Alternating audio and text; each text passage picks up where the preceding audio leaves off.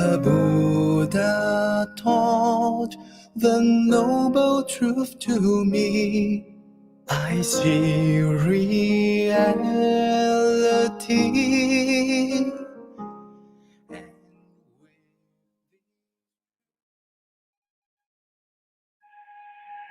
Namo Buddhaya, brothers and sisters in the Dhamma, Sukhi Hontu. Nice to see all of you again, and thank you for joining us early in the morning. I can see that many of you have already started wishing each other in the comments box. Please continue to do so. To those of you who are joining us for the very first time, the online team always wish to have opening video to the online Dhamma events. This segment, we call it Voices of Blooms. In this segment, we are featuring talented songwriters, singers, composers of Buddhist songs. We'll be introducing the group's composers and singers. They will tell us more about themselves and about the song and what are the inspirations regarding the song. Brothers and sisters, afterwards we will play the song for you to hear. Now, I'd like to welcome this morning another singer in iGems. Welcome, Sister Metta Tan. Hi, Sukhi Hotu, Sister Metta Tan. Welcome to this segment. Thank you for having me. Wonderful. We must thank you for participating in this interview. Well, to start off, I believe in your younger days, I'm sure you have participated in singing competitions. Is that correct? And what do you think are the reasons why you like singing? Is it because you admire a person or a group who had made an impression of you? Over to you, sister. Thank you, Didi Chuan. Actually, yes, since young, I've started singing in competitions, which is mainly the Dhamma hymn singing competition, where we used to have a lot. If you want to say about like someone who admires me or a group who admires me, I think that will be my father, which is Brother Chye, Didi Chye. Because he also composed songs, he sings a lot of songs. So I think he's one of the person who admires me, where I grew up in a family who loves music, who loves singing. So he's one of my inspiration and also a person that I look up to when I start singing. Yeah. Wow, sadhu to Didi Chye. Fantastic. I am really proud of you, Didi Chye. And I'm very happy that you have created your family who have the same interest as you in singing Buddhist song. So, sister, have you done a duet with your father then, or have you done any supporting role? Actually, last time we used to have a duet performance with family, like on Brother Nadan's concert, like he launched an album. Mm-hmm. So that was like many years ago. For now, we're just I would just look for him for advice if I need in terms of singing properly, in terms of how to express myself better when I start singing. Yeah. Oh, good, great, Metta. Next question I'd like to ask is, how are you drawn into the group called iGems? And in this group, what are your roles? So actually, how I'm drawn to iGems was because since I grew up in a family who have faith in the Buddhism as well as love singing. So iGems is actually part of like the Buddhist groups that I've listened to since young, other than Wayfarers or like other like my father's singing. iGems is one of the group that I'm drawn into because their songs are very youthful. So as a kid, we love songs that are more cheerful, are more lovable. So iGems is one of the group that attracts me because they produce nice songs, meaningful songs, and also suit the youthfulness of us. So other than that, actually, other than vocalist, as a vocalist of iGems, I'm also part of the social media team where I manages the Instagram accounts and then manages the comments, or sometimes I design social media posts to beautify the image of iGems. Wow, sadhu to you for doing so much. You're a young lady. That is great. I love to hear that. And then I'm very happy that you mentioned that iGen songs really fit into the young. Well, that's great. So in the iGen songs, the lyrics are of great meanings, and they are messages of the Dhamma. So, sister, would you like to share with us which song or album that is your favorite, which is most meaningful to you? So actually, to me, the song "Blessings" from Rainbow of Blessings album, the second album, is my favorite song. I've oversung it a lot of times. This song actually holds a very strong meaning to me because it talks about how much of blessings we have in our lives. So because we are always showered by care and love from our friends and families, that we don't tend to think about that these are the blessings we had. So these songs, there's a lyrics in the song which says that, please do remind me if the blessings that I forget. So it's a song where it keeps reminding me that I must be thankful that I have all these blessings in my life, and then having these blessings, I could also return these blessings to other people as well. Yes. Wow. Great. Great. I must say sadhu to you again and again. Oh, so with that, from now on, what do you intend to do? Do you have any other plans? For me, for now, my plans would be just sharing the music to other people, like mostly, I mean, because I'm part of iGems, so it will be definitely sharing all this iGems music to people. And then because to me, iGems songs bring comfort to me.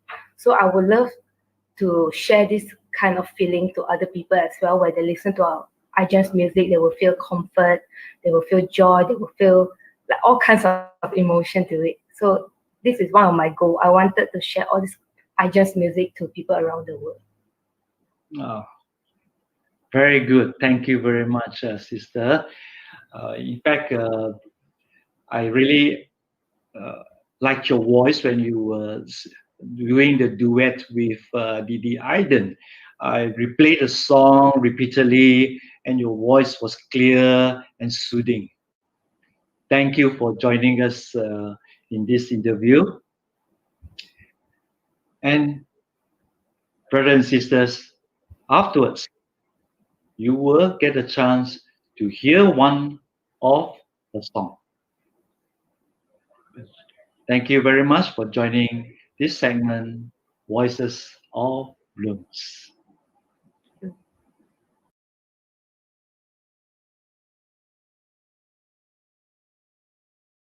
My life is filled with blessings, abundant like the air. I've a little bit of everything and a lot of love to share. I have all my friends to thank for, and I've nothing to regret. So please kindly do remind me if my blessings I forget. There are days of joyous laughter, of simple hours fun. There are times of childlike wonder, it's as if life's just begun. I must thank the happy faces of the people that I've met, and And please kindly do remind me if my blessings I forget. Well, these blessings come and go. There'll be times when I'm alone. So I'll thank my friends and family for the love they've always shown. My life is filled with blessings, how much I'll never know. They have soothed my times of trouble. They have helped me learn and grow. So I think it's now the right time to return these deeds of love and become a shining blessing to one and all above.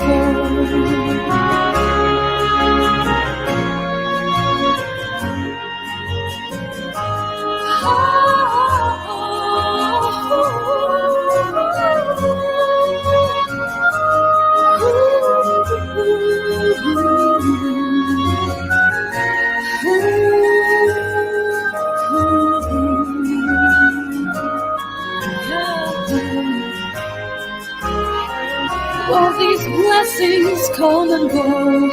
There'll be times when I'm alone. So I'll thank my friends and family for the love they've always shown. My life is filled with blessings, how much I'll never know. They have soothed my times of trouble. They have helped me learn and grow. So I think it's now the right time to return these deeds of love and become a shining blessing to one and all above. I'll become a shining blessing to one and all above.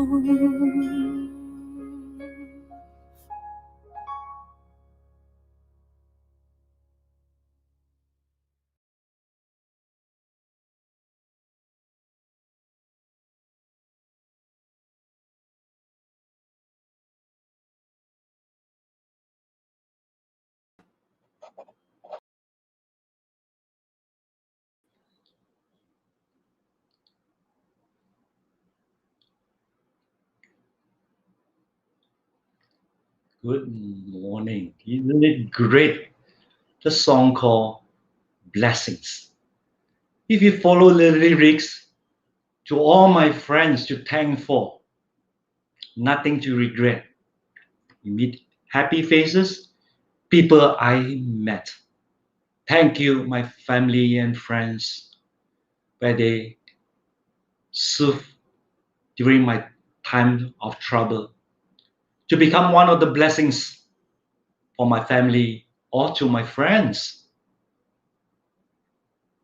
Isn't it great that we have this message, especially with the coming Happy Lunar New Year, where we are going to gather with our family together, let's think of and reflect on our blessings. May the song brings peace to you and to your families. May you feel peaceful and appreciative with your spiritual friends. Kalyana Mitra. Remember, during this season, to err is human. Let us be forgiving to each other. Then we will have peace in our heart. This is the end of this segment, Voices of Blooms. Shortly, we will begin the SGBA's Sunday Buddha Puja.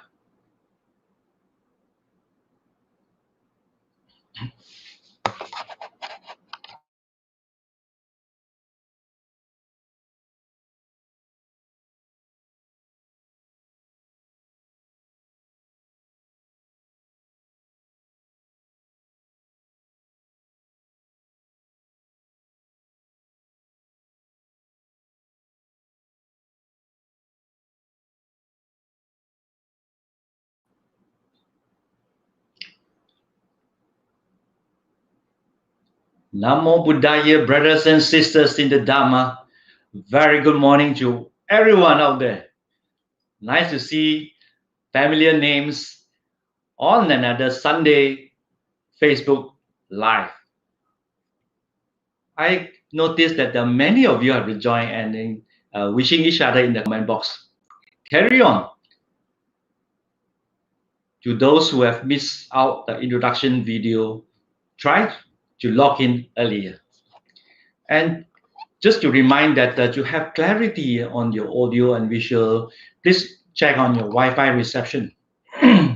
During this online Buddha Puja service, remember to have a calm mind, even you are encountering problem.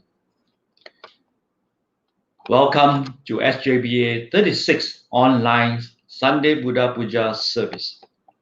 We are organizing this weekly online puja service in order to give an opportunity to Buddhist devotees near and far to continue with our Buddhist faith and practices, and to continue listening to the Dhamma sharing. Brothers and sisters, let us prepare ourselves by sitting comfortably, relax our bodies, and compose our minds. Let go of thinking about the past and future and be in the present moment. I shall now hand over to the puja leader, Sister Anne. Over to you. Thank you, Brother Chan. Good morning, brothers and sisters in the Dhamma. Namo Buddhaya. Let us begin our Sunday Buddha Puja service. May I invite Brother Chim to make the offerings to the Buddha. To the devotees who have prepared the offerings, you may also light your candles or oil lamps and make your offerings to the Buddha. To the other devotees, let us place our palms together in Anjali and have a calm mind. Prachim. Namo tassa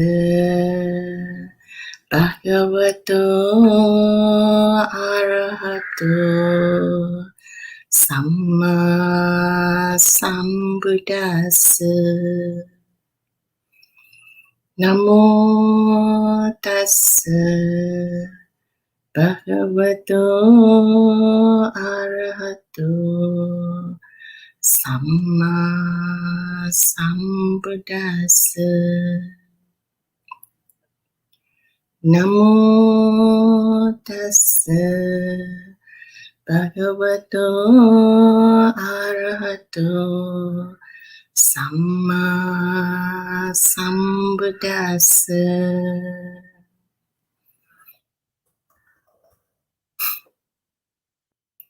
Brothers and sisters in the Dhamma, let us pay homage to the Triple Gem.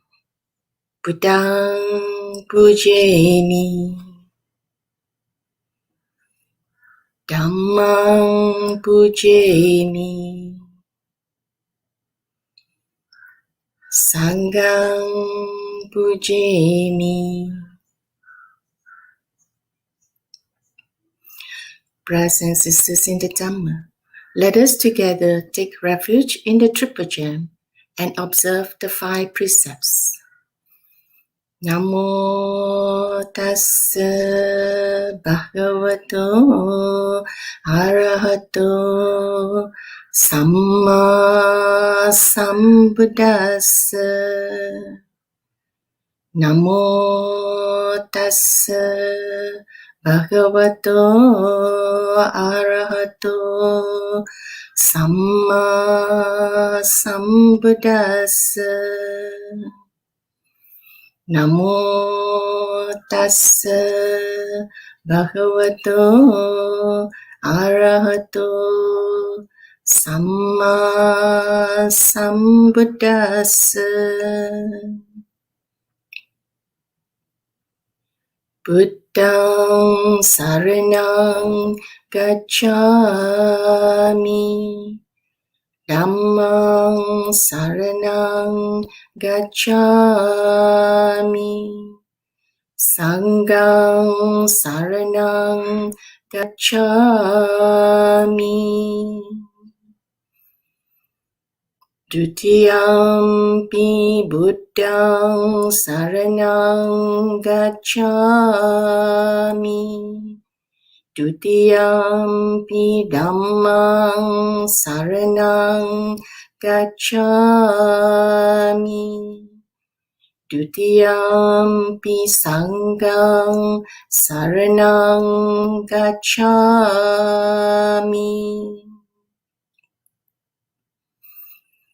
Tatiyampi buddhang saranang gacchami. Tatiyampi dhammang saranang gacchami. Tatiyampi sanghang saranang gacchami.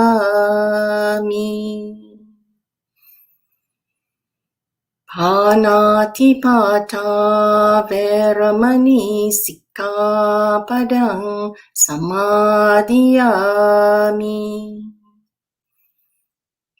Adinadana veramani sikkhapadang samadhiyami. Kame sumiccacara veramani sikkhapadang samadhiyami. Musavada veramani sikkhapadang samadhiyami. Suramiraya macca pamadatthana veramani sikkhapadang samadhiyami.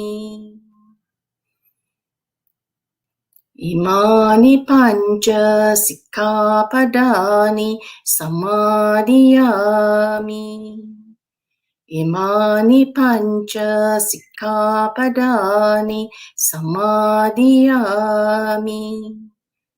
Imani panca sikkhapadani samadhiyami. Sadhu, sadhu, sadhu.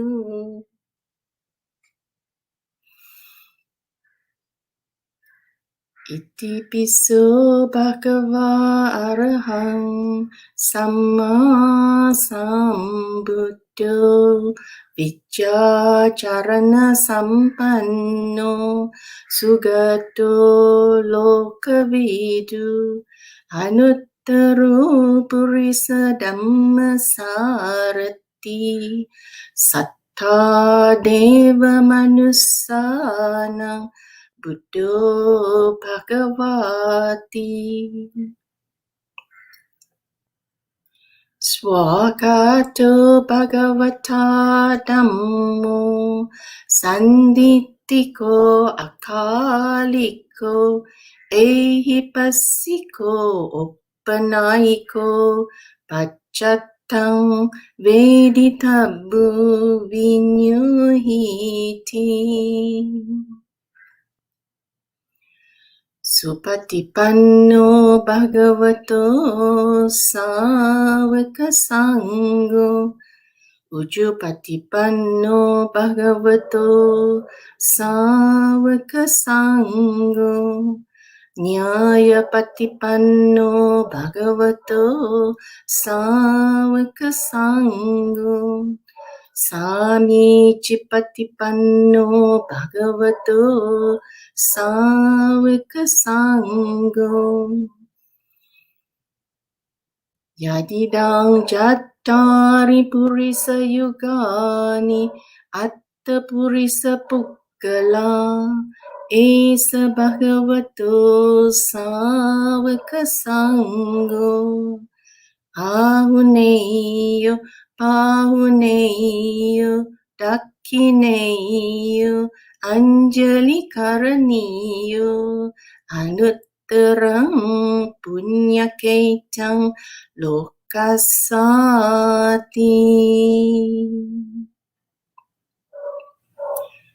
Vandami Chaitiyang Sabbang Sabbatani Supatititang Saririka Dhatu Mahabodhi Buddha Rupang Sakalam Sadam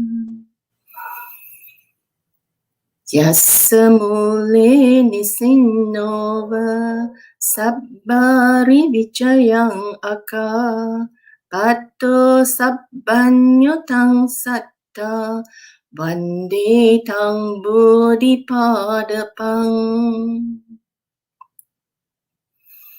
Ime ete mahabodhi lokanatena pujita ahampite namasami bodhi raja namatute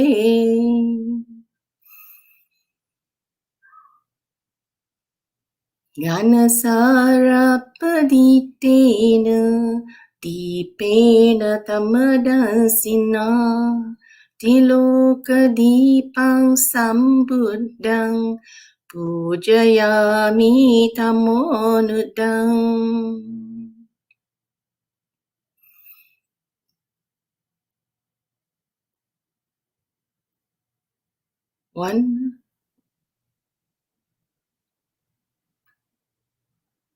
Vanna ganda gunopetang etang kusuma santating pujayami munindasa siripada saruruhe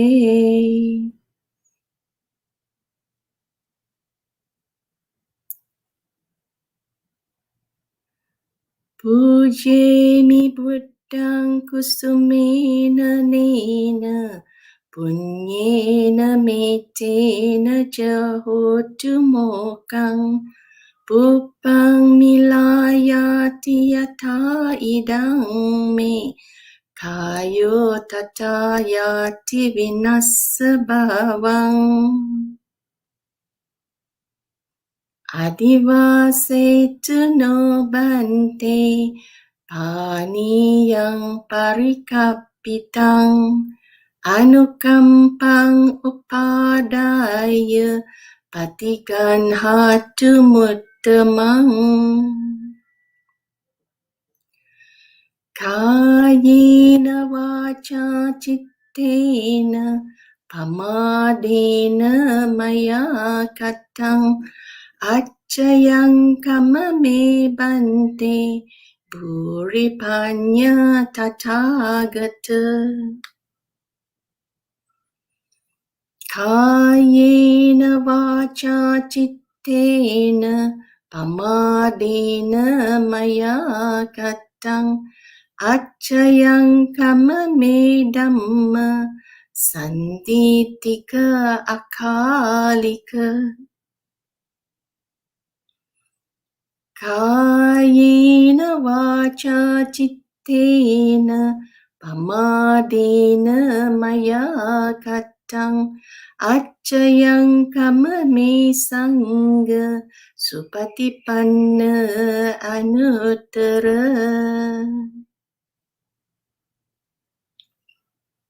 Sadhu, sadhu, sadhu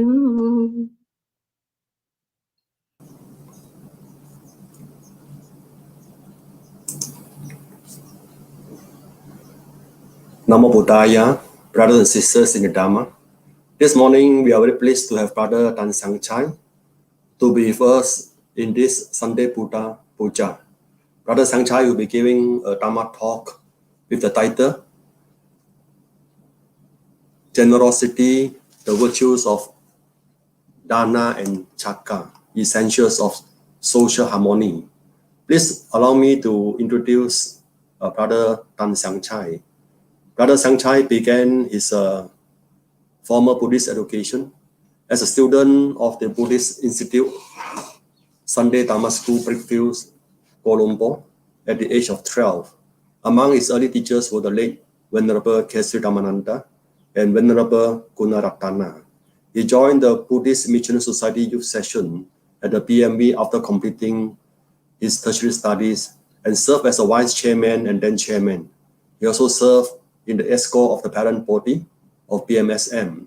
He is actively involved in the sharing of the Dhamma at various Buddhist centers in Malaysia and Singapore. He's also a thriving meditator. Brother Siang Chye was the head of the Dhamma committee, was serving in the ESCO of Subang Jaya Buddhist Association, and was later appointed as its lay advisor. Currently, he's a director of Nalanda Institute, the education arm of Nalanda Buddhist Society. His talks center around the daily practice of the Dhamma and how it transforms one's life. He feels it's important to understand the essential teachings of the Buddha, as it gives the Buddhists a strong foundation of the knowledge which prevents them from wrong interpretation and practice of the Dhamma.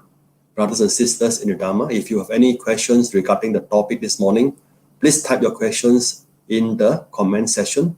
We shall read the questions after the Dhamma talk, and please note that we might not be able to answer all your questions due to time constraint. Brothers and sisters in the Dhamma, we shall now respectfully invite Brother Tan Siang Chye to deliver the Dhamma talk on generosity, the virtues of Dana and Caga, essentials of social harmony. Brother Siang Chye. Sadhu. Good morning, dear Dhamma brothers and sisters. I am very happy to be able to share Dhamma with you on this particular Sunday. It is the Sunday before we actually celebrate Chinese New Year. So I would like to offer this talk to you as my Chinese New Year offering. So this talk is a continuation of the series regarding the essentials of social harmony. So the topics are actually qualities that lead to social harmony, lead to a very happy relationship between people of a particular society or a particular community. So the more of these qualities we have, the more we can see the people in that society will be able to interact, will be able to live, will be able to work and greet each other very happily. So a very important quality that is usually talked about when we get to know the Buddha's teachings is this quality of generosity. In Pali, it's called dana. And many people know about dana because Malaysian Buddhists are very generous. And nothing makes them happier than to be able to offer dana to a monk or to a nun or to a Buddhist organization. To discuss this dana, to see how we can practice it better by understanding it in a more thorough and detailed manner. So here in the title, I have described it as the virtues of dana and caga. These two appropriately must go together, and then we can have real generosity. Why is that so? I will explain, and hopefully you will be able to understand more clearly what goes on in the mind before the act of dana is actually implemented. So next, please.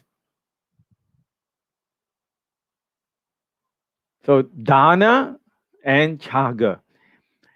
In this process of giving, chaga comes before dana, which means to say, before we do any generosity, the act, the thought, the intention must appear in the mind. And it is a specific intention, it is not an ordinary intention. So, chaga is the quality of a person's mind who is keen, who wants to carry out the act of dana. So, we will talk a little bit more about this quality of chaga. So, in order to have true dana, chaga must be there in the mind. Although some people do carry out dana, and dana here is described as the practical action of giving. Some people do give, they can give all sorts of things, but the quality of chaga is not in their minds. So, the full benefit, the full development of the human being is not accessed, does not come back to the person who is doing this act of dana. So many people do not quite understand this. And when they don't understand this, they are not able to prepare their minds properly. And when the mind doesn't have the full inclination, the full understanding of dana, that act of dana becomes a little bit corrupted. That means it's not so strong. It is not full. So let us go to the next slide, please. Chaga actually means the inclination, the desire, in fact, towards giving. And it is motivated by kindness, compassion, and the need to give something to somebody so that the person is going to be benefited. That is the real meaning of chaga, yeah, which goes together with the proper act of dana. It is also the feeling of wanting others to benefit from what we give. Then it is inspired and enriched by the intention of letting go. So it's not just here, I give something to somebody. It is also accompanied by the understanding that I am very happy to let go of these objects, yeah, or these items to somebody else, so that I don't have to hang on, yeah, with so much greed, yeah, to my possessions. That is a very precious quality of chaga, which we need to understand. Then, lastly, the sense of thirst, of craving or clinging, upadana, is gradually reduced because we do dana that is informed, it is graced by chaga. How we can let go and not be so attached to the things that we own comes about. So let us, now that we know what chaga is, let us take a look at dana. Next, please. So dana, yeah, as I have explained here, is the act of doing charity or giving, and it is motivated, yeah, by chaga.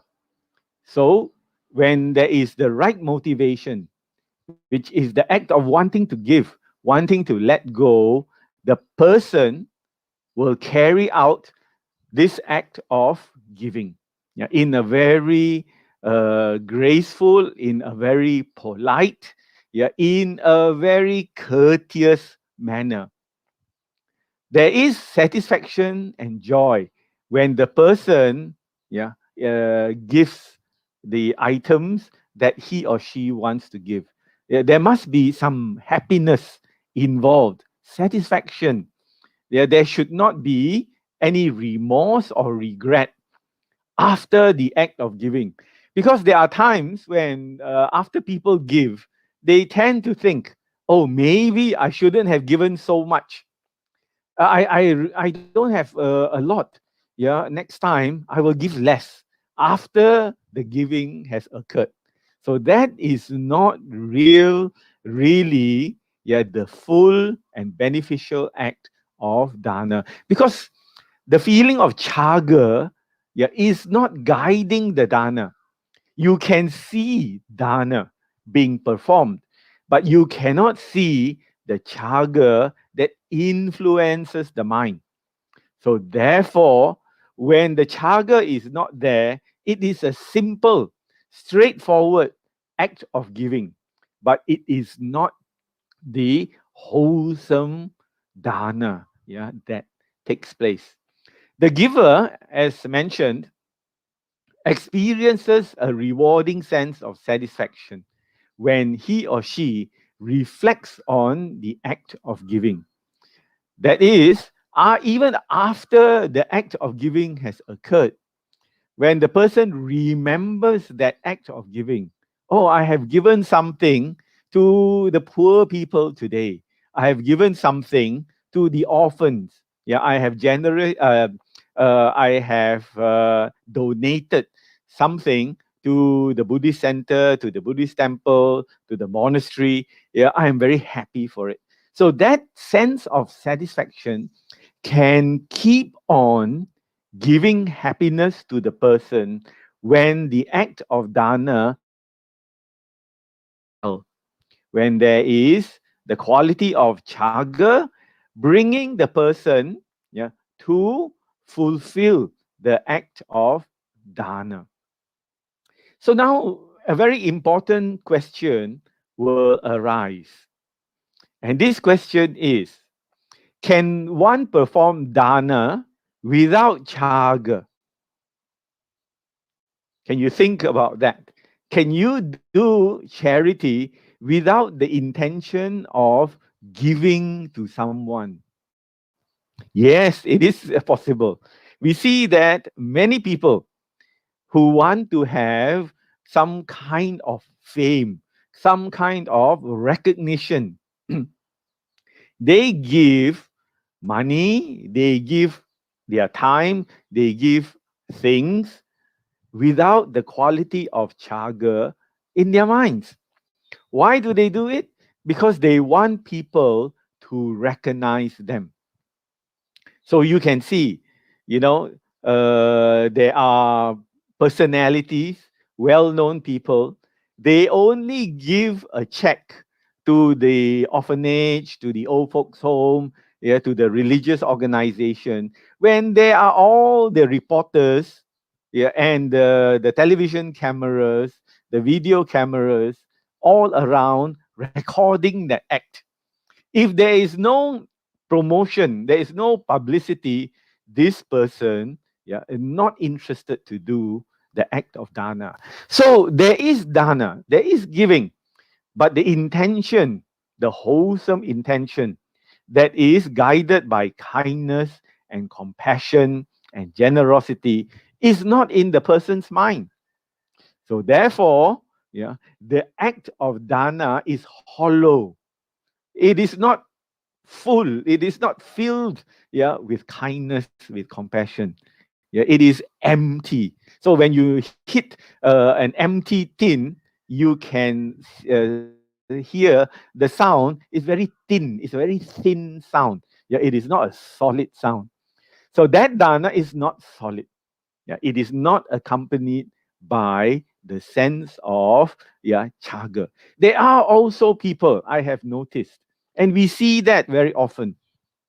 They want to give. Yeah, they actually, intend to give. But that giving is accompanied by a sense of selfishness. They are so so intent on giving in order to get back rewards, because they have heard somewhere when you give to people, you will get back rewards. So, what are these rewards? And they have heard if you give things, you will get back health, you will get long life, you will get good complexion or beauty, you will get strength. So, when they hear this, they become greedy. There is a greed, yeah, to do some kind of dana. And even when they approach the center or the temple where the monks or the nuns and the holy people are, they feel that they should be right at the top of the queue. Yeah. And when they do the dana, the monks must recognize them. Yeah. And very often I have seen, people who offer food to the monks. They have cooked some food, and when they put it on the table and they do their offering, with the chanting, after that they come back and tell the monk, Bante, you must eat, this one I have cooked for you, so you must eat this food. And the poor monk has got no choice, but to take some, and then they will scoop onto the plate of the monk and said, you must eat. And then when the monk eat, put in the mouth, they feel very happy. Now I have done my dana. So this dana, as I've said, is not accompanied by the beautiful quality of the mind of Chaga. In actual fact, when we perform dana, we offer this food not to one monk or two monks, we offer it to the entire community, of monks and renounced people.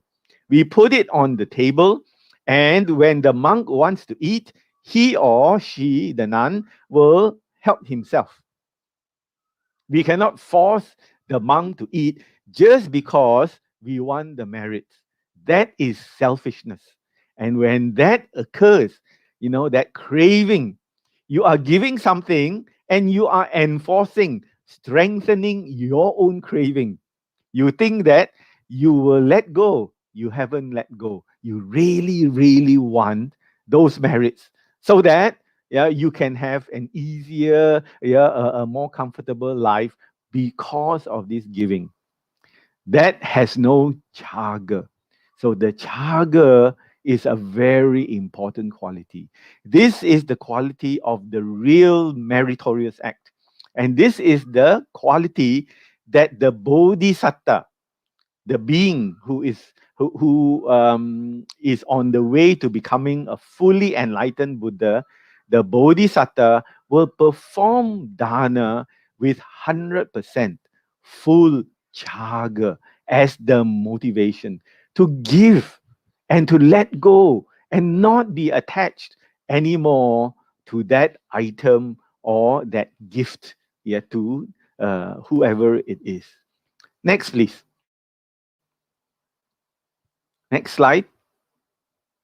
So dana that is related to us, we have to consider dana also as a spiritual practice. We are not doing dana so that we can have more money, etc., etc. Because we are informed Buddhists. We are Buddhists who have studied the Buddha's teachings. We do dana as a spiritual practice. That means it must be the act of dana that allows us to let go, not to be so attached, not to be so greedy, not to want more things, but to let go whatever that we have. So it is spiritual practice because it will help us to walk the spiritual path. Why will it allow us to walk the spiritual path? How does it allow us or support us in walking the spiritual path? That is an important question. We have to understand this because to us, who are very keen on practicing the Buddha's teachings, dana becomes the beginning of spiritual practice. The Buddha has said, Let us practice. He always told the lay people who came to see him, we have to practice dana, sila, yeah, and bhavana. So dana is at the beginning. So dana comes before sila. And I will discuss why it is in that order, yeah, as we go along. Next, please. So I would like to share with you a quotation from the very famous scholar, monk, and author Bhikkhu Bodhi. Yeah, he's American, and he has translated very many Pali texts, yeah, into English. He says, strictly speaking, giving does not appear in its own right among the factors of the Noble Eightfold Path. Have we seen right giving? We have right view, we have right thought, right speech, etc., etc. But it's quite strange. If dana is so important, why didn't the Buddha put dana or position dana in the Noble Eightfold Path? So Venerable Bhikkhu Bodhi explains it. Giving functions in the Buddhist discipline in a different way.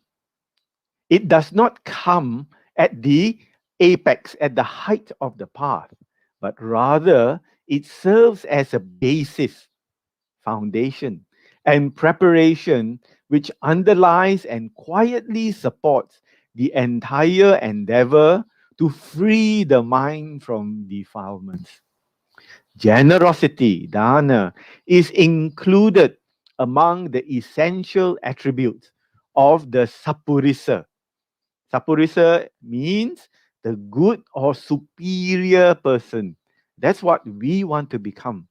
We want to become a superior person, not just look down on people because they are inferior, but we want to develop ourselves.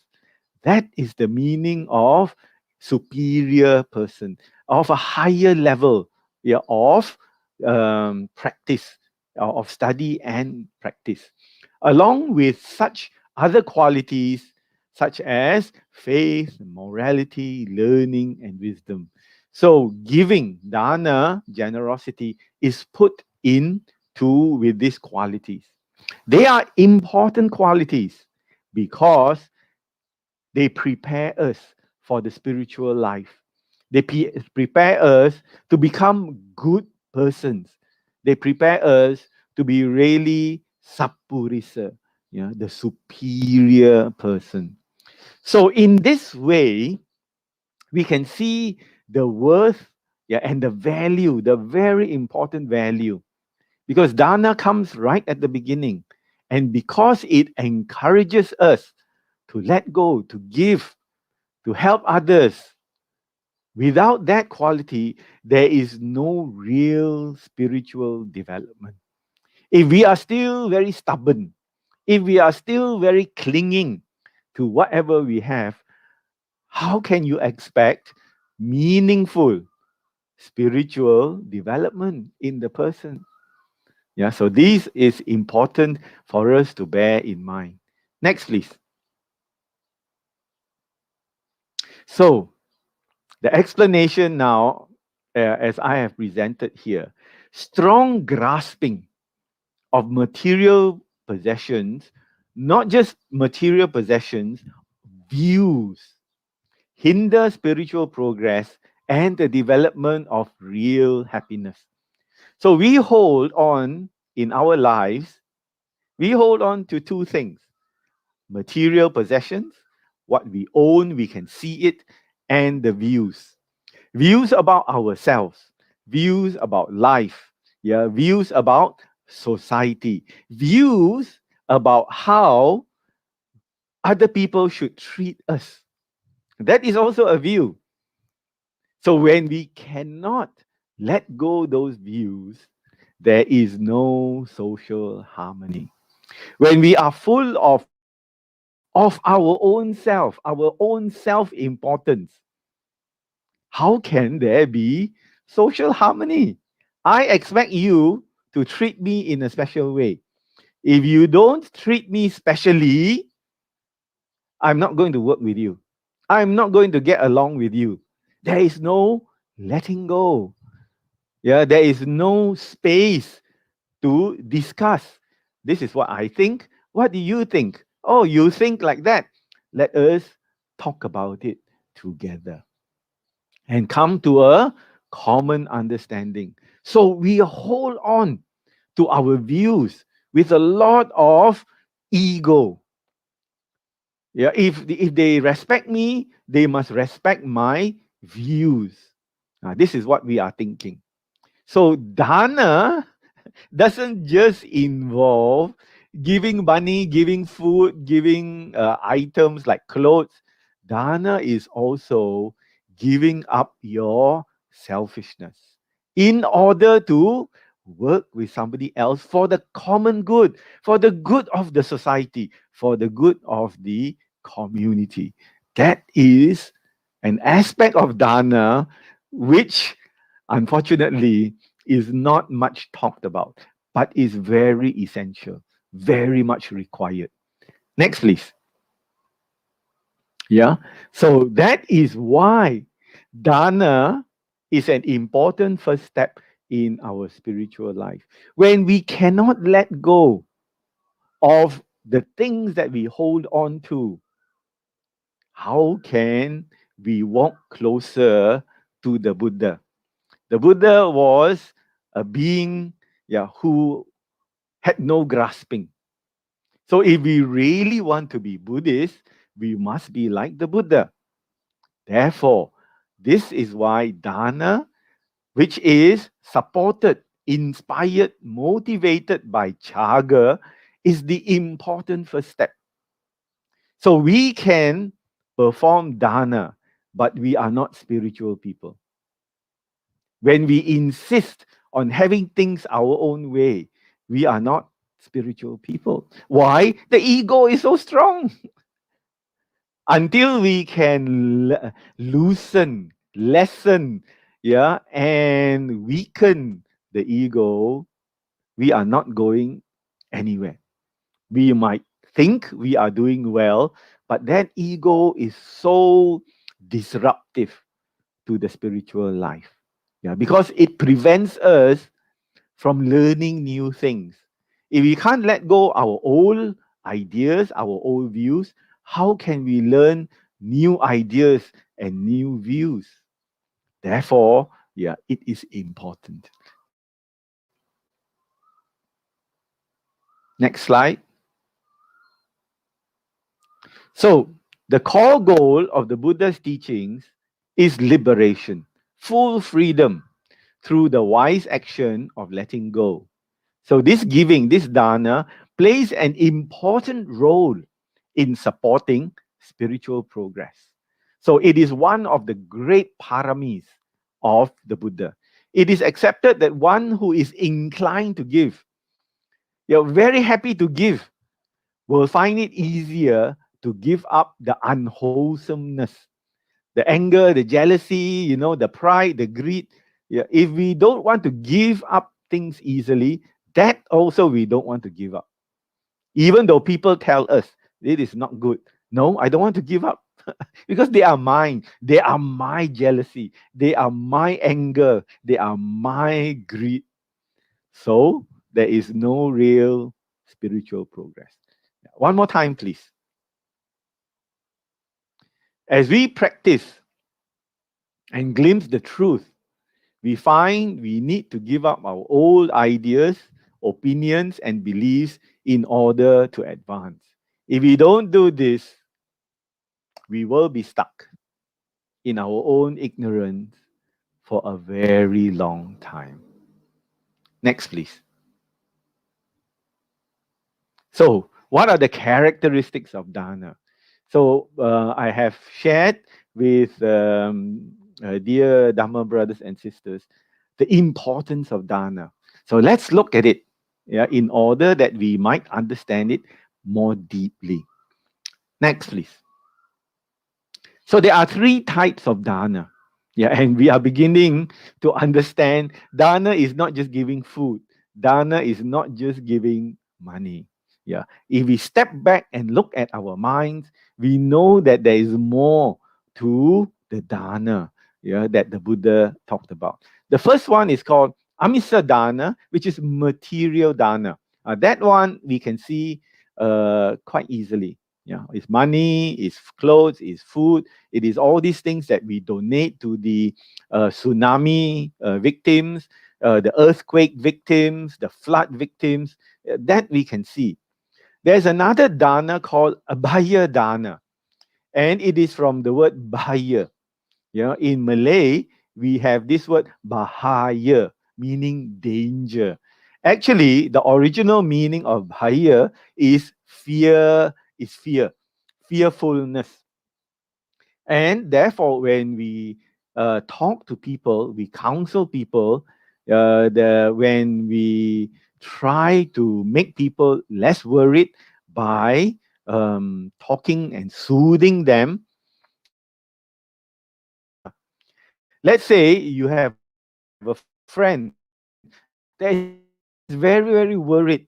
Oh, he might lose the job during the pandemic.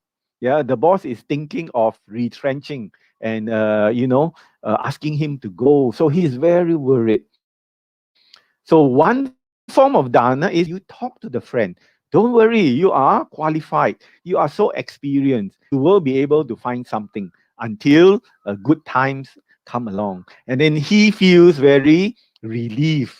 He doesn't worry so much because you have talked to him. Yeah, you have counseled him. That is a form of dana.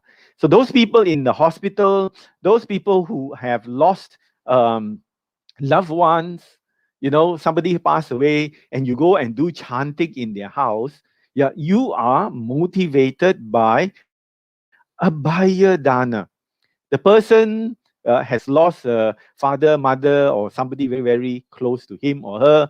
You are doing some chanting so that the mind will calm down. That is dana. Yeah, don't forget that. You must recognize it. Yeah, that's why, many people are very happy to do this chanting during a funeral. And the last dana is, this is what SJBA is dedicated towards, giving of truth. And that's why, they invite good speakers, learned monks to come and share the truth. And sometimes little bit who have learned a little bit like me, to share whatever little I know. This is the gift of truth. So the people who prepare this, who organize the talks, the mind should be, I am sharing truth. I am sharing the Dhamma, so that they may become less. Dana, in fact, must be led by having samadhi, right view. Because if we don't have right view, we won't be able to do the right form of dana. Yeah, as I said, there are many people who come to do dana, but they do not have right view. So the dana is compromised, is lessened, yeah, is weakened. They might have little bit of a reward or benefits, but it is not the full, yeah, benefit. Sometimes life is very, very strange. We might get some kind of good news, like the boss is going to give you a promotion. Then after that, we heard, oh, the boss actually is thinking about giving you a promotion. Then you don't feel so happy. Yeah. Then after that, we heard, oh, the boss is not going to give you a promotion. Then we feel very, very sad. We missed the promotion. And then the next day, we heard, oh, actually, the boss is going to give you a promotion and a bonus, whatever increment. So the dana sometimes, if we don't do the dana fully, if we do the dana without right view, it will be maybe cannot the returns or the benefits. When the benefits are supposed to come to us, it might not come, and then it's like it's going to come, but it doesn't come. Yeah, and then there is a kind of a hindrance to the benefits. So dana done without the right view, Without Caga, yeah, it's like that. You think you're going to get, but doesn't get. Then maybe can get, then stop for a while. And then here and there, here and there, here and there. So there is no real, what you say, guarantee, yeah, to that benefit. Next, please. So there are 3 levels of dana. I'll go through this very quickly. There is servant dana. That means the dana, yeah, that quality, the thing that you want to give is for the servants. The very low quality. Yeah, it's not the precious. It's not valuable. Yeah, because I don't want it. Maybe you keep something for a very long time, and then it starts to go moldy, and it smells a little bit. Then you say to the maid or to the gardener or to the person who comes to cut your grass, this one I give to you. Yeah, this one I hope will make you happy. So it is low grade dana. You really don't want it anymore. So sometimes we get that, in the religious center. People who got all these clothes and they don't know how to throw away the clothes. They come and donate it, and then they think, oh, now I've done some good donation. Actually, they don't want it anymore because they are not going to wear the clothes. And the clothes are sitting in the house and it's starting to smell. Okay, I do some donation now. Then they feel, very good. So that dana is not full, is not the wholesome dana. The next dana is the dana of friend. You are my friend. I will give you, what I'm enjoying. So whatever I think is good for me is also good for you. That is called, dana sahaya. That means a peer dana, friend dana. And the last dana is the superior dana. The dana that even I also cannot enjoy this, I give it to you. I am not going to take it. I've been waiting a long time to enjoy it. But because you come along, and you need it, I give it to you. I will tell you the story of my friend who was studying in London, uh, some years ago, and the father would send money to her regularly, but somehow the father, maybe was too busy, didn't send money during the time she expected it. So the money became less and less and less and less until she told me she had only 1 bar of chocolate. That was her possession. And she was going to eat the chocolate for don't know how long, until the father sends money to her. So she was walking in the town with this bar of chocolate and found this poor lady, very, very poor, had nothing to eat. And this poor lady, they call them, bag ladies. They only have things in a bag. That is all their possessions is found in 1 bag. So the bag lady said, please give me something to eat. And so she was thinking, if I give my bar of chocolate, I have nothing else to give. But because the heart was so great, was so full of Caga, gave the chocolate to the lady. Then she said, oh, well, I'm not going to get anything for a very long time. I hope this lady really enjoys my chocolate. And it so happens that very evening, the money was sent by the father to the bank. And so she was able to get money to eat a real dinner, for that night. So I always admire this friend of mine. The heart, is so full of Caga, so full of willing to give. So this is the superior dana. Dana that you give something of full value, of very high value, very valuable, to somebody that you actually cannot afford to give on, but you still give it. That is the dana of the bodhisattva. The bodhisattva will do this type of dana in order to gain the full enlightenment, that he is working for. Next, please. So there are all these motivations for giving, yeah, which I will just go through very quickly. There sometimes one gives, yeah, to somebody because of annoyance. Let's say there is a beggar, and then you are eating in a coffee shop, and the beggar is asking for some money, and you just say, "Here, take this, go away." That is a kind of dana. It's a kind of giving, but it is not the giving out of kindness. It is giving so that you don't disturb me anymore. While I am eating, I want to eat my noodles, my rice. Don't disturb me. Here, take. 1 ringgit. Please go off. Yeah, 50 cent go off. That is also dana, but it is not true dana. And sometimes, because we are fearful, we are afraid, we give the dana. Yeah, that somebody maybe force you, yeah, to give the dana. And sometimes we give dana in return for a favor. And there are many times one may give dana in the hope of getting something back. Actually, that is not called dana. That is called business. Yeah, some people go to the Buddha. Oh, Buddha, I bye to you. I will donate something to you. And after I donate to the temple, to the monks, you must make my business more successful. Yeah. So that is a kind of a business dana. Yeah, it is a contract. So you sign contract with Buddha. You say to Buddha, I give to the monks, you give me good luck, good business. Is it real dana? Now I think you can understand. Next, please. Yeah. And then some people give because it is considered good. They know it's good.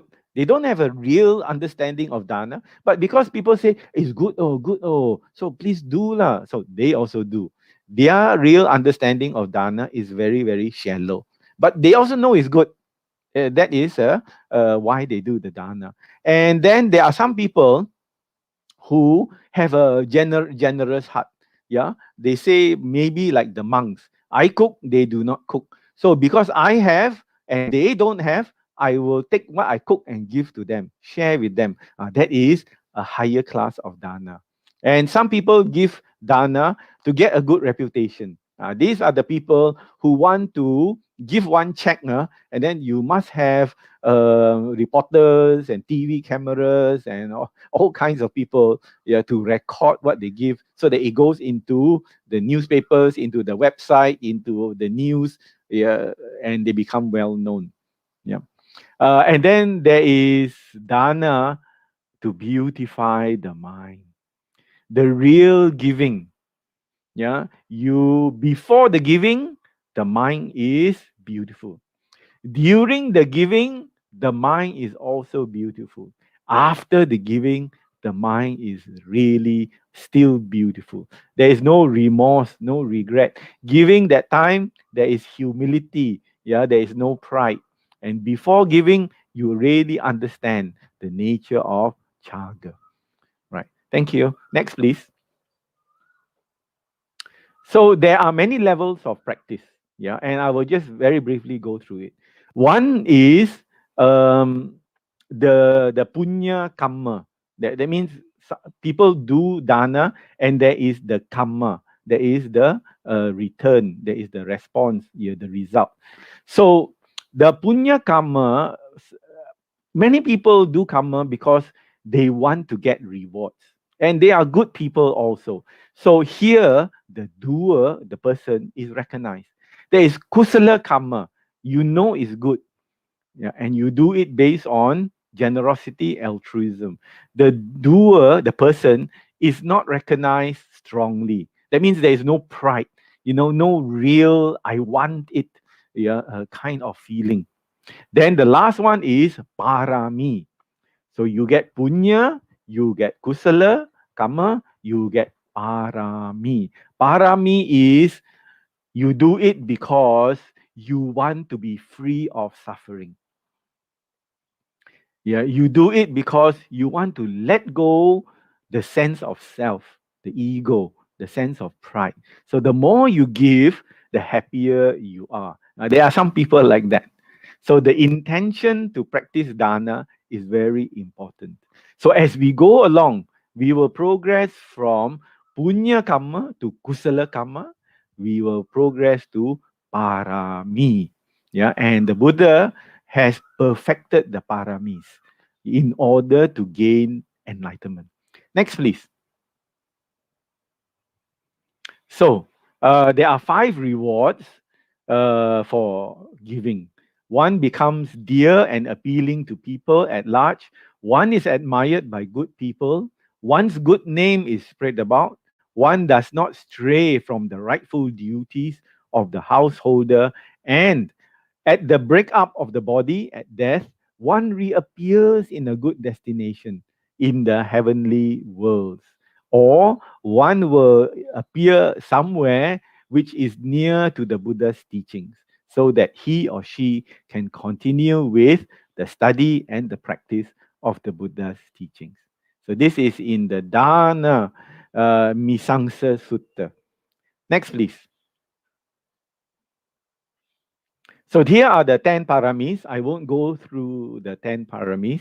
Yeah, you can look up. The first of the parami is dana, generosity. Next, please. Yeah, can you hit one more time? Yes. Some people, some of you might have seen this picture in the house of Buddhists.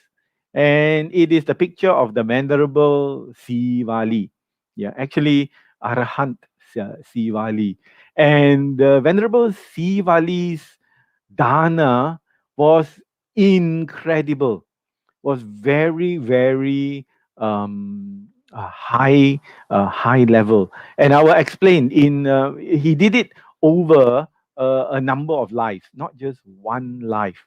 So in the time past, yeah, many eons and world cycles ago, there was a Buddha called Buddha Vipassi.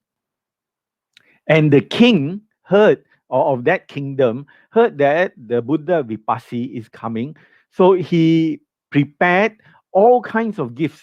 So the ministers and the king wanted to do dana. So there is a list, yeah, which they say they will offer to the Buddha this. Yeah. And they all started to prepare. Then as Buddha Vipassi was coming through the city, gates, yeah, and towards the palace, they did a last minute check. One thing is missing, and that is honey. Yeah, they didn't have honey to offer the Buddha. So the king sent out the attendants. Here, take this money. It's a lot of money, and go and find somebody with honey. Buy the honey. I don't care. You pay whatever you can. I've got money. I will pay to buy this honey so that I can put it in the list to offer of things to offer to the Buddha. And so they came across this honey gatherer. He goes and collects honey from the bees in the forest. And he happened to be walking into the area, yeah, of the palace. So this all the one attendant saw him and said, "Do you have honey?" And the honey collector said, "Yes, I got honey. I want to buy from you." And the honey collector started to get wise. This is the king's attendant, dressed very well. He wants my honey, and I'm going to up my price. So normally it's 20 cents. Now I'm going to sell it for $10, 10 ringgit. Then the attendant said, "What? You crazy? You up the price so many times." And the honey collector said, "I know it's very important to you, so I up my price." Then he said, the king wants to offer to the Buddha Vipassi, right? And that is why I'm willing to pay it. Yeah, just because the king, my boss, wants to offer. And then when the honey collector heard it is a dana to the Buddha Vipassi, he said, "Take it. I'm not going to charge you a single cent.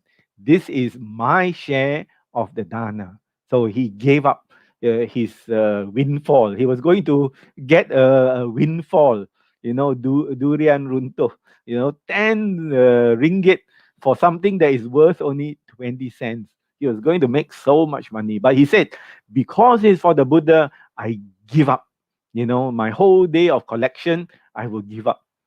So this is one of the births of the Venerable Sivali. He did this great dana to great beings. And he had this sense of Caga, willing to give up. The result was, you know, whenever the Sangha during the Buddha's time, when they walked together to a village and they felt that the village was hostile, not friendly towards Buddhist monks, and they knew that they cannot get the lunch dana for the day, yeah, they would ask Venerable Sivali to walk first. Because when the Venerable Sivali walks first, surely the dana will come. Because his parami was so great that even people who are hostile, who are angry, aggressive towards Buddhist monk, they have no choice. The minute they see him, they want to give.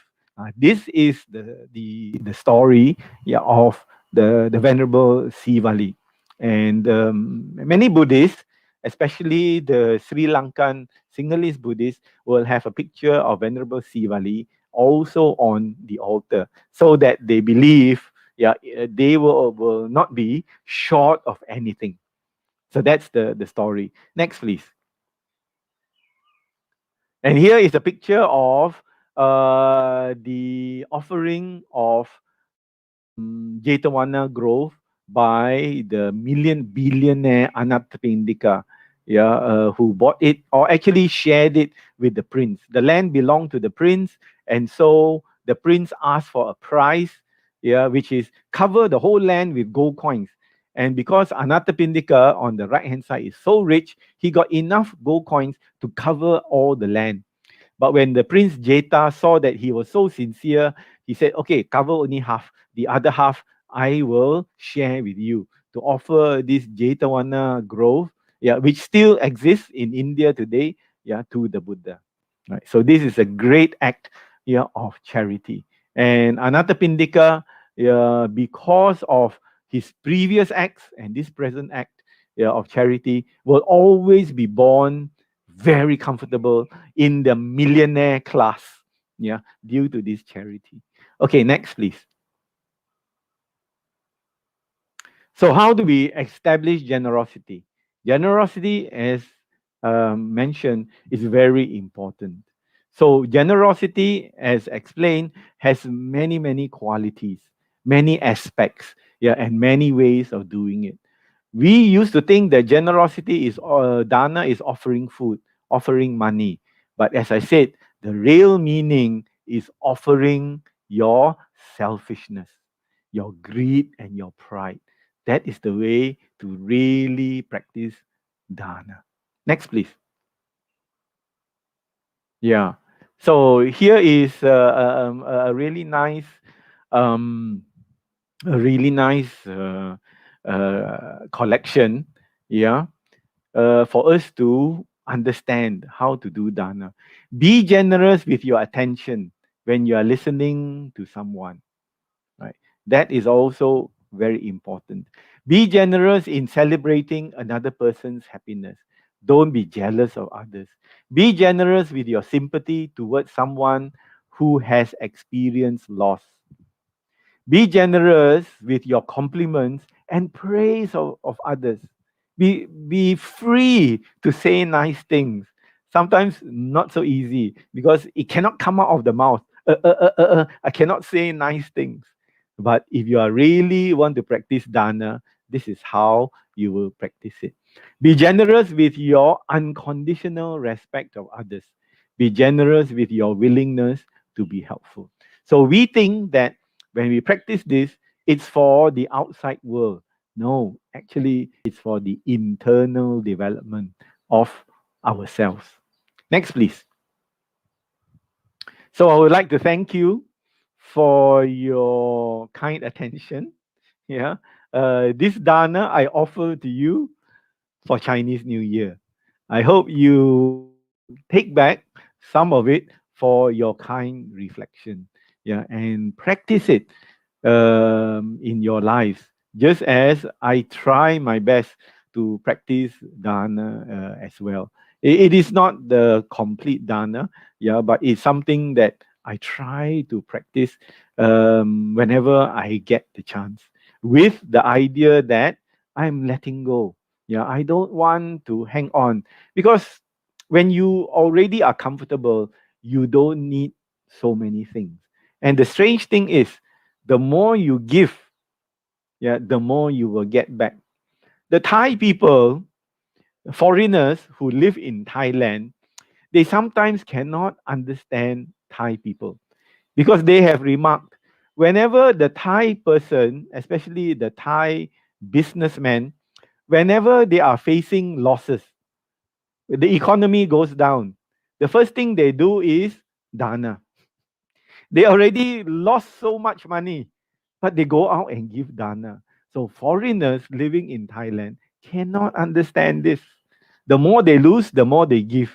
And then later on, yeah, they are surprised to see this person, yeah, getting it back. It might not come back in the same way, but their lives become more comfortable, just the same.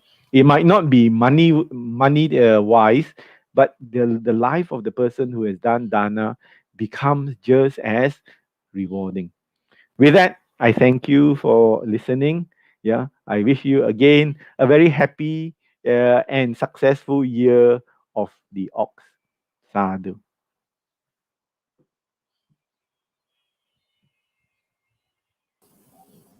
Sadhu, sadhu, sadhu.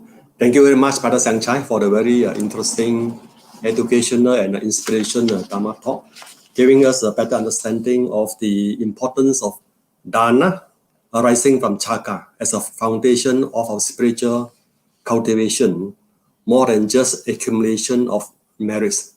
Brothers and sisters in Dhamma, we shall now have the Q&A session. If you have any questions, you may type your questions in the comment section. Is there any questions?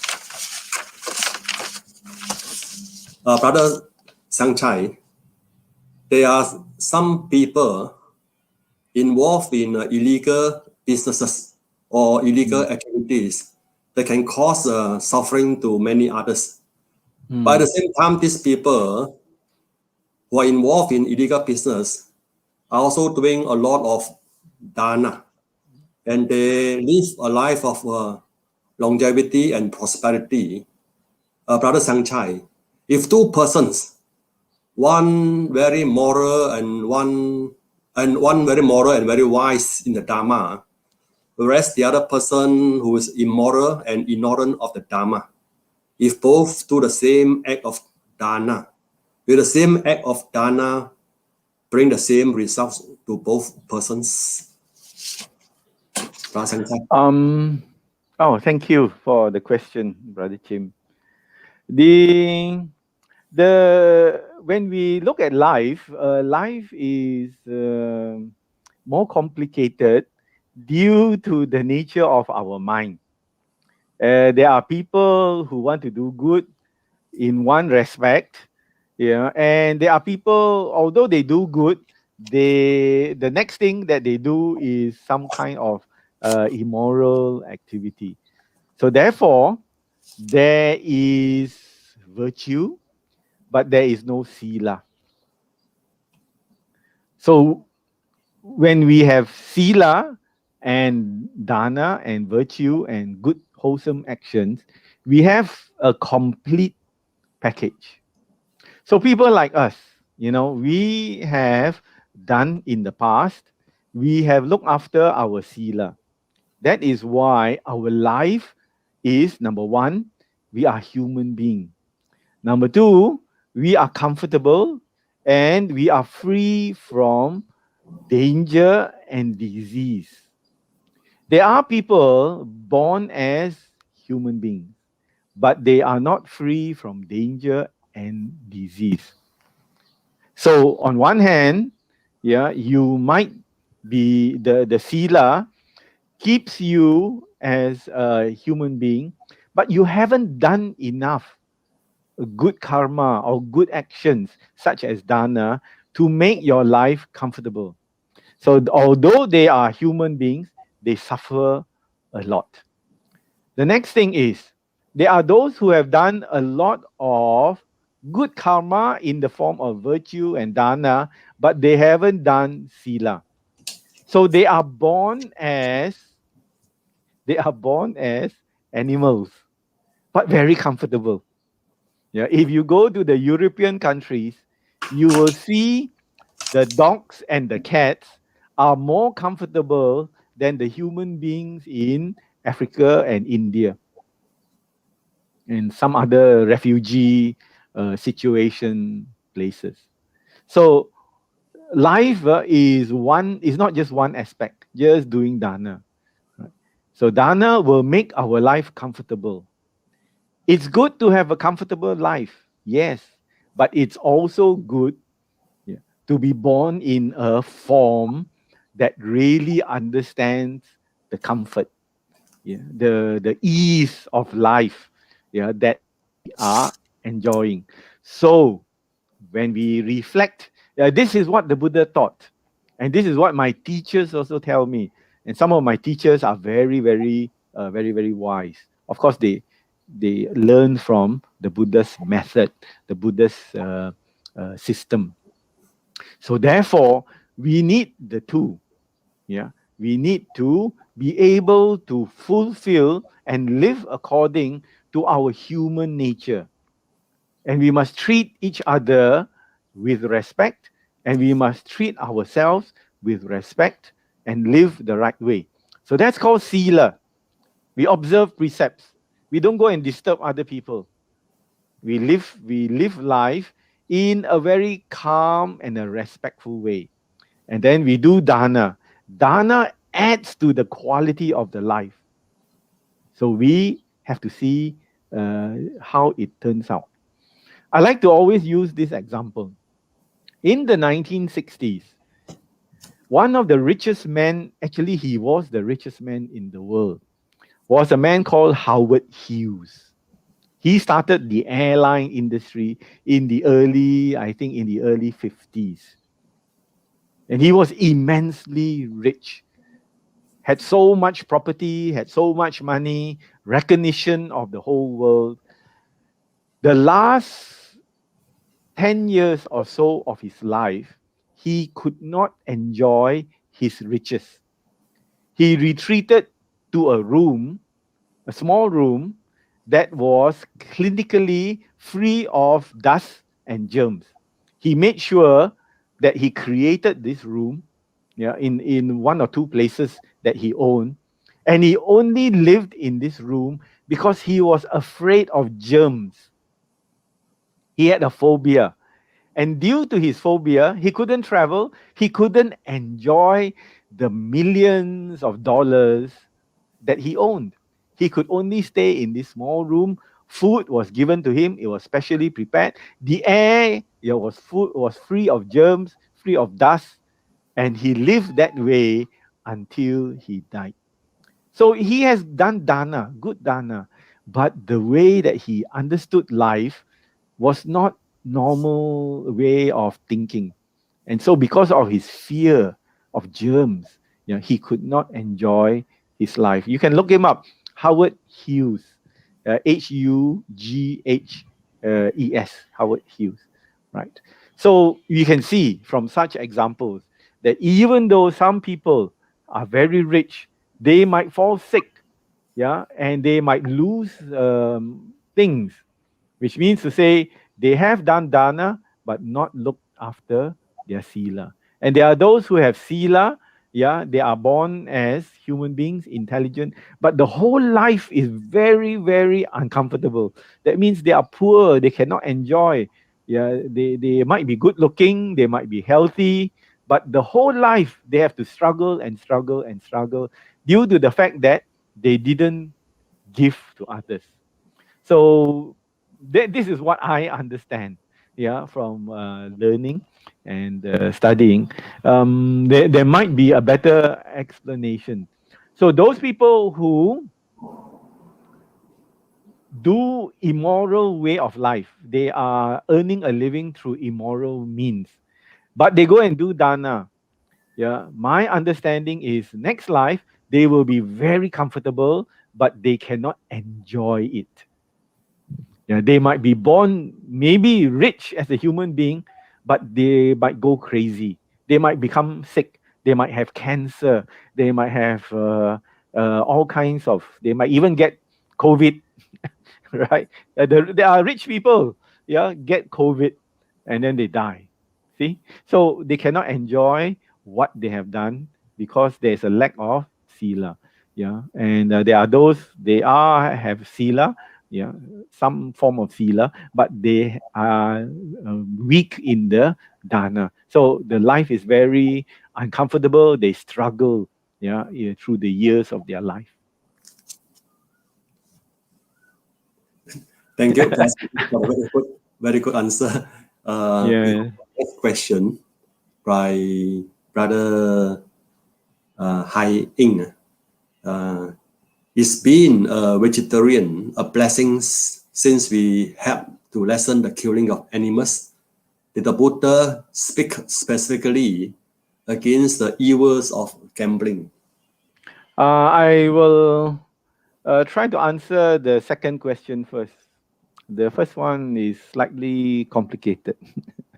The first one, the Buddha said, if you wander the streets, if you do not know how to behave properly, if you go and see the shows, the entertainment, yeah, and you get involved with immoral people, bad people, yeah, and you go drinking and gambling, that is one way you will lose what you have. The Buddha didn't say this is evil. Yeah, the Buddha said it is a cause of downfall. And after you have fallen down, the next place, the next result is also not good. So he did say about gambling, yeah, in this manner that leads to downfall.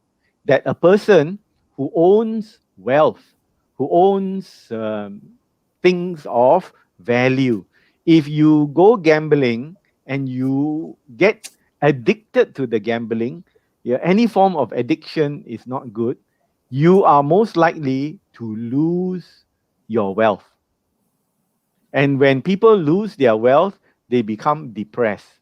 And when they are depressed, the mind is full of very, very unwholesome thoughts and ideas. So, this is one thing which is not encouraged. But the Buddha didn't say it as a precept. Yeah, the Buddha didn't say you shall not go and gamble. The Buddha said, have the wisdom not to gamble. Yeah, and I will tell you why. He said, this is why, lah. You know, you go and gamble, you lose everything that you own. And we have seen that. We have heard many stories of people who go up the Genting Highlands as a millionaire and they come down as a beggar, as a pauper. Yeah, they have nothing. They don't even have money to catch a taxi to go home after they lost everything to the casino. So the Buddha did say, be wise. But he did not say, you must not do this. He gave people freedom, to gamble. And I must say, Chinese people, especially during Chinese New Year, cannot do without gambling. But this is the small form of gambling. Gamble maybe 20 ringgit, after that, some tong already cannot gamble anymore. But you have to understand that even when you gamble with your family, somebody has got to lose. Yeah, somebody must lose money. If the person can afford it, it's okay. So this is the dangers of gambling that the Buddha did warn us about. Yeah, the small gambling we need to control. Yeah, especially during Chinese New Year. But the big gambling, yeah, where you go and gamble your entire fortune, yeah, and everything that you own, that the Buddha said, think very carefully. Yeah, it is not an evil deed, but it is a cause for your downfall. And when you fall down, you lose everything, your mind will start thinking, how do I get back my fortune? That might lead to evil action and evil deeds. This vegetarian question, and I will answer it, I must say, from my point of view. And my point of view is from the Theravada point of view. They are our Buddhist brothers and sisters from other traditions who will probably not agree with me. But this is how I have understood it. There was a time when the Buddha's disciple, actually his cousin, Devadatta, when he entered the Sangha, he wanted to revamp the Sangha, make it more executive. He was like an executive planner for the Sangha. So he said to the Buddha, we will revamp the Sangha to become more efficient. We must do this, this, this, this, this. And one of the things that he recommended to the Buddha was the entire Sangha must become vegetarian. Because vegetarian was already a big thing in India at that time. Yeah, the Brahmins, there was no Hinduism, there was Brahmanism. The Brahmins considered that is good. Yeah, they become holy when they don't eat the flesh of animals. The Buddha rejected that idea. So we have it on record that the Buddha did not want the Sangha to be vegetarian. According to the Buddha's training, the Sangha must be able to go out on arms round, take the alms bowl, whatever people put into the bowl, they will eat. They cannot make a distinction. I can only eat vegetarian. I cannot eat meat. Yeah. The Buddha said, make life simple. And please do not forget, dear brothers and sisters, due to that tradition, we have the training of arahants. We have the training of anagami. We have those who have achieved sakadagami, those who have achieved sotapanna through this method.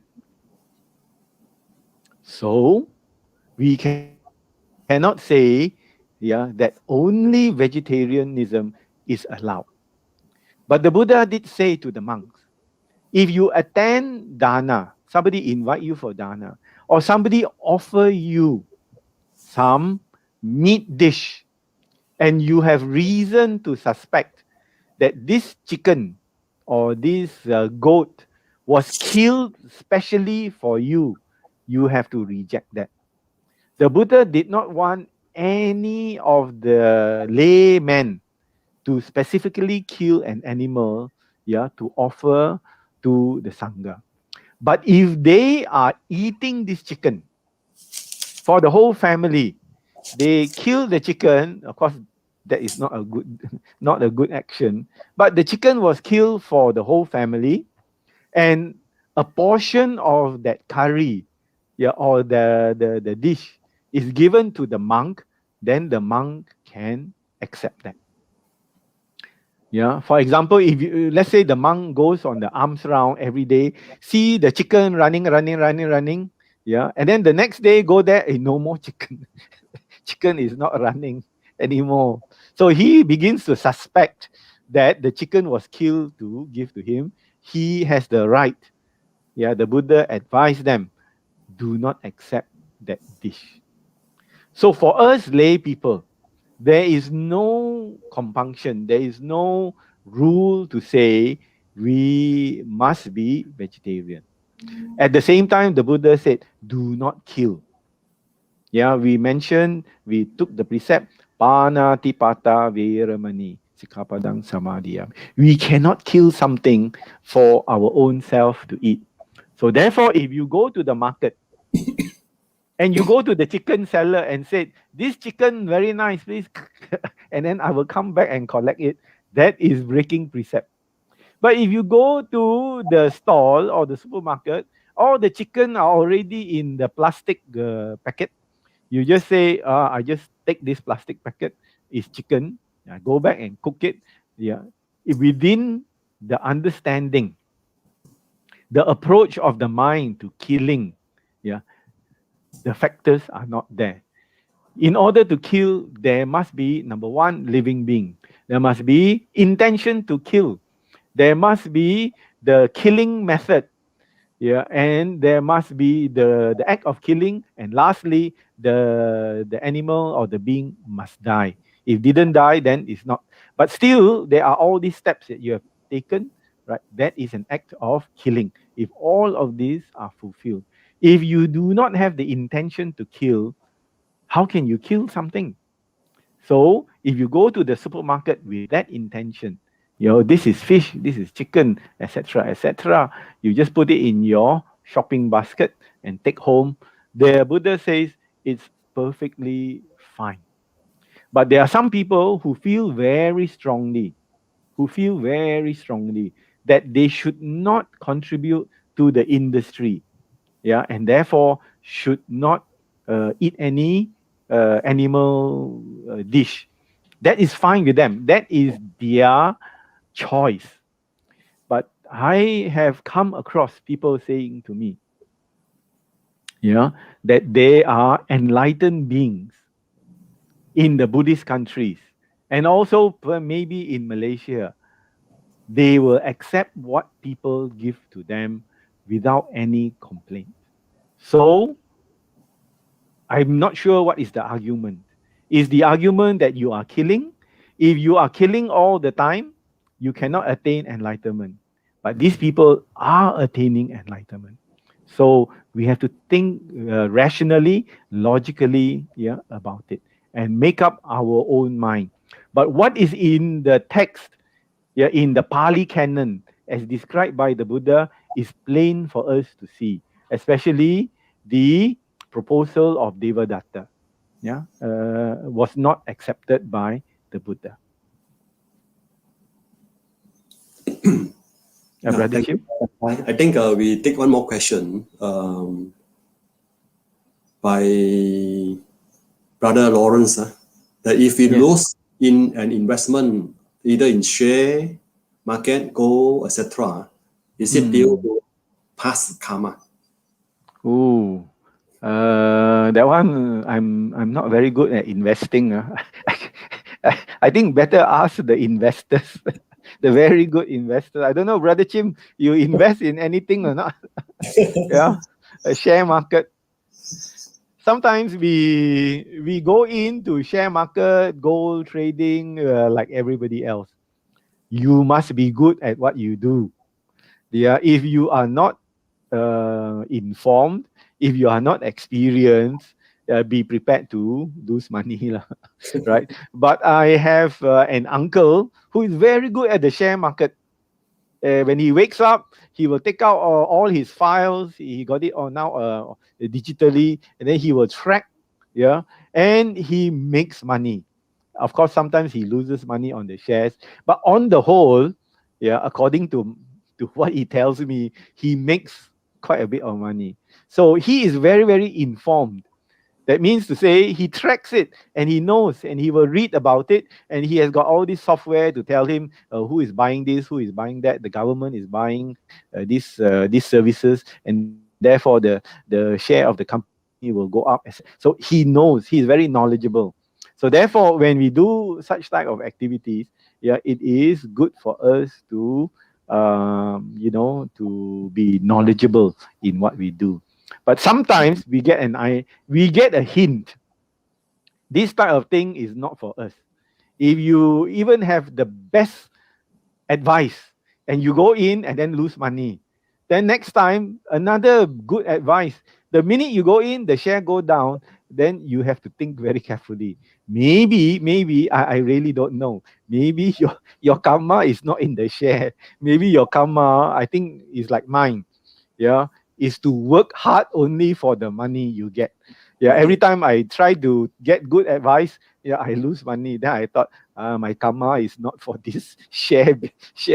Yeah, I have to work for it. No, sweat. Then I get this little bit of money here and there. So the Yeah, I really don't know, but this is what I think, lah. I think that you must know what you are getting into, because to tell you the truth, people have advised me that the getting involved in the share market is a form of gambling as well. Yeah, I'm not sure you agree with me or not. Yeah, because at the end of the day, somebody has to lose. Yeah, you make, and the last person down the line, if he buys that share, and then the share collapses, it's a kind of gambling. Yeah. Um, do you agree? I'm not sure. Yeah, back to Yeah, you. yeah. Thank you, Brother Siang Chye, for the very interesting answer. And we have one more question actually, one or two, Oh, two more. But anyway, because time factor, I think we stop here. We will take up the two questions and we will ask Brother Siang Chye to give us okay. answers, and then we will forward the answers to Brother Leong Yu Ming and Brother Jimmy So, respectively. All right. So anyway, again, once again, thank you very much to Brother Siang Chye for the very interesting, very educational and inspirational Dhamma talk this morning, and a very profound and enlightening answers to questions, which is a very wonderful gift of the Dhamma for our Chinese New Year celebration. Thank you so much, Brother Siang Chye. Sadhu, sadhu, sadhu.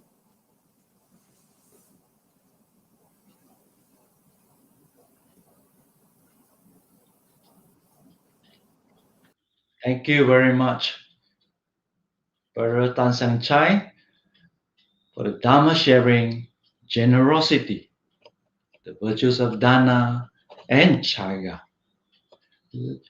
Let us continue to build good understanding and promote Dana in our respective societies, to our respective communities. Brothers and sisters in the Dhamma, this morning we have participated in the Sunday Buddha Puja service, listening to the Dhamma talk and a very good explanation by the speaker during the Q&A session. With the merits accrued, let us share and transferring the merits to all our living and departed relatives, families and friends, and all beings. This morning, we'd like to share merits to Mr. Stephen Yo, a devotee's friend who is currently very sick at Tongshin Hospital. Transference of merits. Akasata Bummata Devanaga Mahedika Punyantang Anumoditwa Chirang Rakantu Lokasasanang Chirang Rakantu Desanang Chirang Rakantu Mangparang Ettavata hamhehi sambatang punya sampadang sabbe deva sabbe sata sabbe bhuta anumodantu sabba sampati siddhya. Idang me nyatinang hotu sukita hontu nyatayo. Idang me nyatinang hotu sukita hontu nyatayo.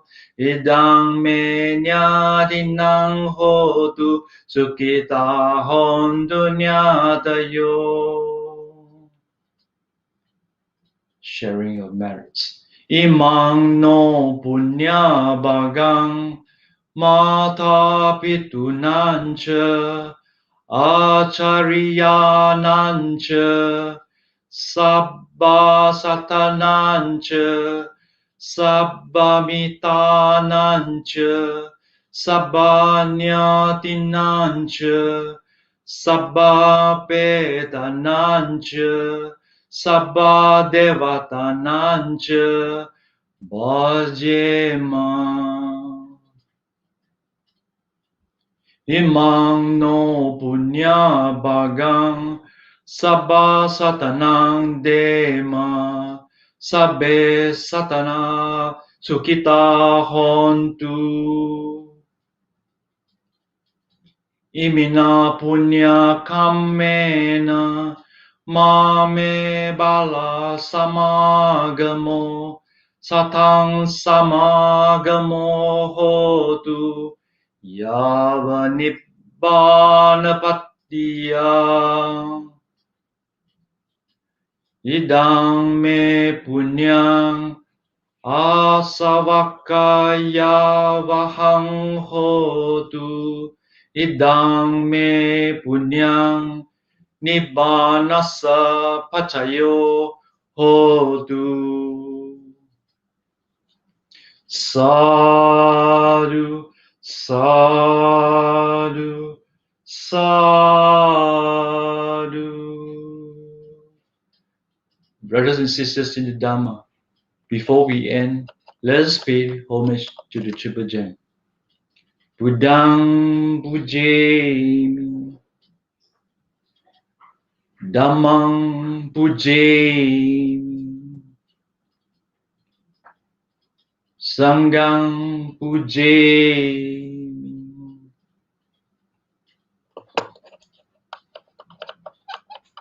Sukhi Hontu. To all devotees, thank you very much for participating. We continue to welcome those who are participating near and far. Please help me to thank the speaker, Brother Tan Siang Chye, and the organizing team. We have come to the end of this 36th online Sunday Buddha Puja service. For information, there will not be the usual Sunday Buddha Puja for 2 weekends due to the holidays. We will continue the Sunday Buddha Puja service on the 28th. Please refer to the Facebook of your society for the information.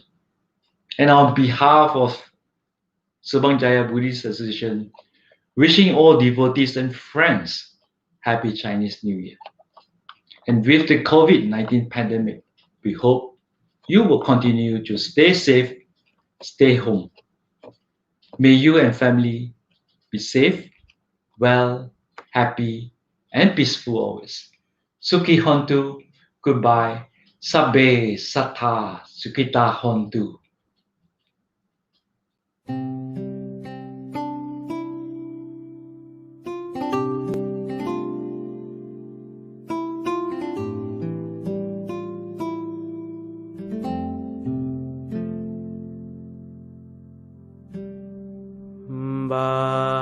Bahung sahan semabhinim